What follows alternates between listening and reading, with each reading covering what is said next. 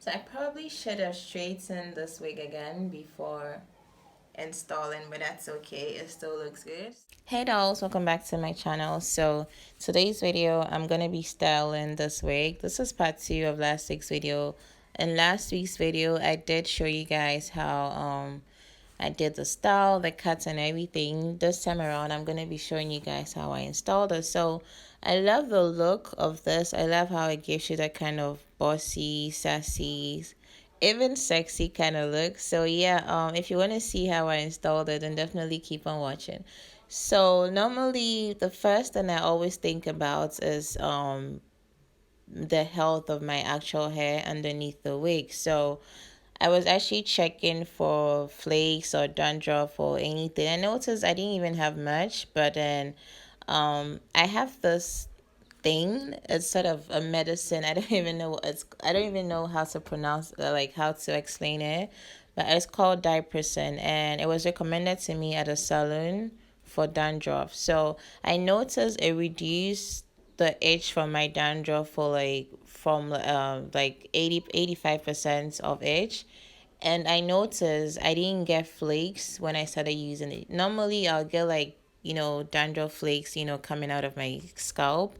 But when I started using this, I haven't noticed that. And I'm sure you guys saw that even though I was trying to peel stuff, nothing came off. So yeah, I do that first, and then I go in with some shea butter and then coconut oil. And you want to make sure you're getting some to the ends of your hair first, because that's your actual hair. So you want to make sure you're actually taking care of that. And then whatever is left, I rub it onto my cornrows, my scalp, and then I go ahead and do a massage. So the next thing I did was to take some edge control and apply it onto my hairline, and then brush everything backwards. So I don't have baby hairs, so I can't say I applied it on my baby hairs because I don't have any. So let's just say my hairline. So yeah, next thing I did was to put on a wig cap. So I didn't get a wig cap that matches my skin exactly, but then this still, it did the job, it did the work, so that's okay.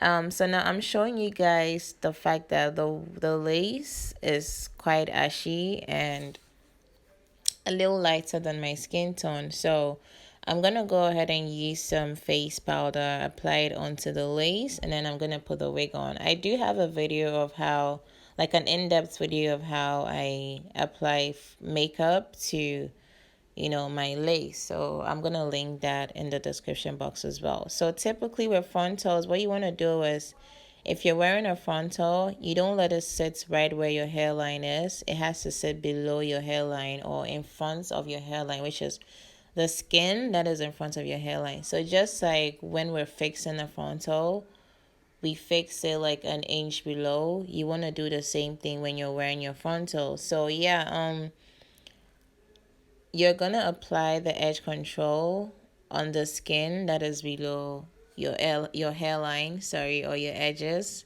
Like I said, I don't have edges, so we'll stick to the word hairline. So if you were to be applying glue, then you're gonna be using the glue instead of your edge control.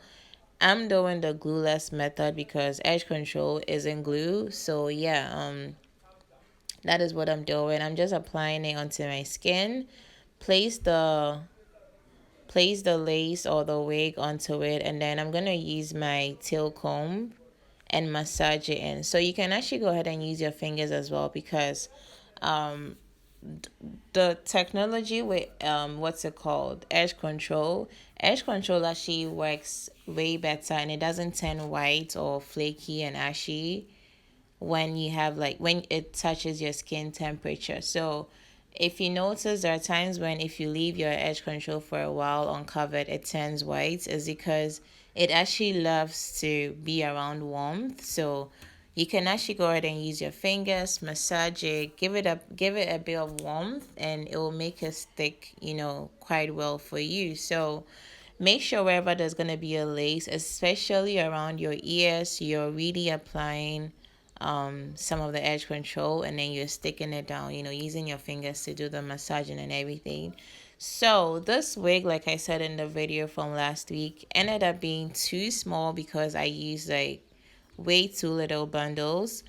So the wig was actually pulling itself away from, especially from the sides of my head. So I guess I will learn from my mistake and not do that next time. So the new thing I've actually added to my glueless frontal routine is, adding mousse to the hairline. So I notice sometimes I can actually go without doing the edge control. I can just do mousse and scarf it, and it still like holds it for me, and then it lays the hairline for me. It keeps everything, in place. It takes away flyaways and all of that. So lately that's what I've been adding to my routine. And after doing that, you can actually use that to style your baby hairs, because it's wet, it actually makes it easier for you to work around your baby hairs with that. So after that, I'm gonna take my got to be spray, because I wanted I was gonna have this wig on for the entire day, and I wanted like a very strong hold without the glue. So I'm gonna take the got to be spray and spray that along my hairline. So if you're in a hurry and you just want to step out, you can go ahead and, just after you're done with that, that's it, you're done, you leave. But I had a lot of time to spare, so I went ahead and scarfed it and then did my makeup, and I came back to show you guys. So now that my makeup is done, I've taken the scarf off. So usually when you apply the got to be spray, it kind of makes the hairline a little hard and a little stiff, and sometimes even flaky. So you want to go ahead and take anything like a brush or a comb, and you want to loosen it up, brush through it, loosen it up, and break up any sort of hardness or stiffness. And also you want to be checking for your final touches, especially around the ears. Make sure you lift, if you notice it's lifting a little bit, just lift it up, apply more edge control, and then press it in, and that will give you like a hold for the entire day. So that is basically the end of this tutorial, and this holds for an entire day. So if you're worried about it coming off, it's not going to come off unless someone is snatching it off of your head, or you're moving up, like, twisting your head up and down, your pole dance. I don't even know what terms to use for that.